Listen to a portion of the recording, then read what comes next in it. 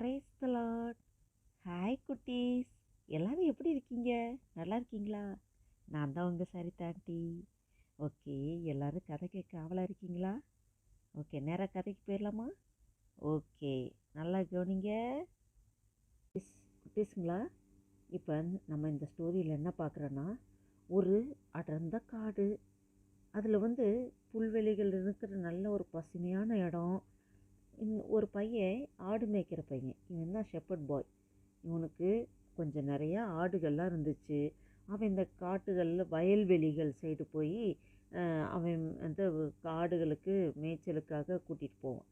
அவனுக்கு எல்லாம் மேய விட்டுட்டு அதுக்கப்புறம் அவன் போர் அடிக்கும். டைம் போகிறது என்னடா அது, டைம் போக மாட்டேங்குதே, ஏதாவது ஒன்று பண்ணலாம்.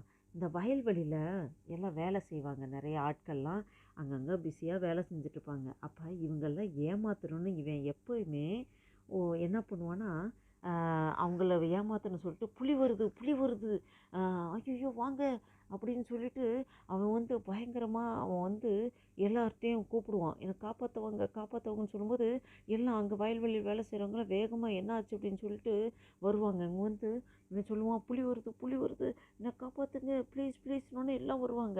கடைசியில் கிட்டக்கு வந்தது என்ன பண்ணுவான், கிண்டல் பண்ணி சிரிச்சிட்டு, ஏமாந்தீங்களா ஏமாந்தீங்களா, நீங்கள் நம்பிட்டீங்க தானே, புலிலாம் ஒன்றும் வரல, சும்மா உங்களை நான் கிண்டல் பண்ணேன், சும்மா பொய் சொன்னேன் அப்படின்னு சொல்லும்போது இவங்களாம் ச்சே என்னடா இவன் நம்பி இப்படி ஏமாத்திட்டானே, சே இவன் எப்போ பார்த்தாலும் இப்படியே தான் பண்ணுறான். இது ரொட்டீனாகவே இவன் எப்பயும் பண்ணுவான். இந்த மாதிரி கிண்டல் பண்ணி பொய் சொல்லி இப்படி சொல்லி அவங்கள நம்ப வச்சு இப்படி பண்ணிவிட்டு அதில் ஒரு சந்தோஷம் அவனுக்கு.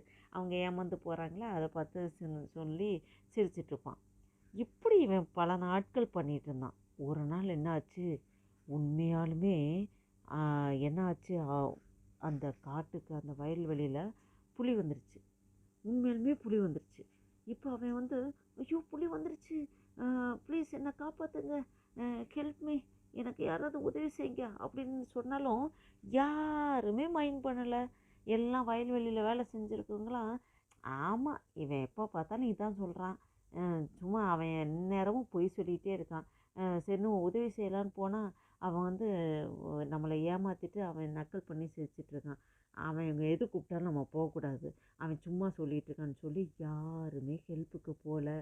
கடைசியில் என்னாச்சு, இந்த புலி அவனை இப்படி மிரண்டு அவன் கற்றுன்னு கத்திகிட்ருக்கான், யாரையும் மைண்ட் பண்ணல. புலி கடைசியில் அவனையே கில் பண்ணிடுச்சு, அவனையே கடித்து கொத்தறி அவனை சாகடிச்சிருச்சு. நம்ம பிள்ளைங்களா, நம்ம இதுலேருந்து நம்ம என்ன தெரிஞ்சுக்கிறோம், நம்ம எது பேசினாலும் உண்மையே பேசணும். நம்ம டேடி மம்மிக்கிட்ட உண்மையை மறைக்கக்கூடாது. ஸ்கூலுக்கு நீங்கள் போகிறீங்க, ஸ்கூலில் என்ன நடந்தது, ஃப்ரெண்ட்ஸுங்க என்ன சொன்னாங்க, இது மம்மி டேடிக்கு தெரியாமல் வேறு ஏதாவது ஒரு வேலை பண்ணுறீங்களா, அப்போ அவங்க நாலேஜுக்கு சொல்லணும், மறைக்கக்கூடாது, பொய் சொல்லக்கூடாது. பொய் சொல்கிறது ஆண்டருக்கு பிரியமில்லை.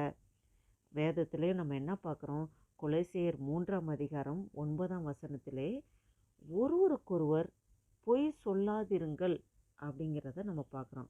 To not lie to each other. Colossians 3:9 நம்ம பார்க்குறோம். சரிங்களா பிள்ளைங்களா, பொய் சொல்லாதிருப்பாயாகனே ஒரு கட்டளையாகவே ஆண்டவர் கொடுத்துருக்கார். சரியா, அப்போ நம்ம உண்மையை தான் பேசணும். உண்மையை தவிர வேறு எதுவும் பேசக்கூடாது.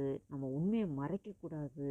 ஐயோ இது சொன்னால் திட்டு வாங்குவோம், நம்மளை அடிப்பாங்கன்னு அப்படி தெரிஞ்சாலும் நீங்கள் உண்மையை சொல்லிடுங்க. அந்த தண்டனை பெருசு கிடையாது. ஆனால் உண்மையை மறைச்சி பொய் சொன்னீங்கன்னா அதுக்கான பனிஷ்மெண்ட்டு ரொம்ப பிக்காக இருக்கும். அது ரொம்ப நமக்கு அதுதான் சின்னு, அது பாவம் நமக்கு சேரும். சரியா, அதனால் பிள்ளைங்களா நீங்கள் உண்மையை மட்டும்தான் பேசணும். கர்த்தர் உங்களை பார்த்துட்ருக்காரு, ஏசப்பா பார்த்துட்டே இருக்காரு. நீங்கள் உண்மையை மட்டும் பேசுங்க, அதுதான் ஏசப்பாவுக்கு ரொம்ப பிடிக்கும். நம்ம காட் சில்ட்ரனில் நம்ம அதுபடி செய்வோமா? ஓகே, நீங்கள் இந்த ஸ்டோரி மூலமாக நம்ம இந்த நல்ல ஒரு விஷயத்தை தெரிஞ்சுக்கிட்டோம் இல்லையா? ஓகே பிள்ளைங்களா, நம்ம நெக்ஸ்ட்டு ஸ்டோரியில் சந்திக்கலாம். அது வரைக்கும் சரிதா ஆண்டி பாய் சொல்கிறேன்.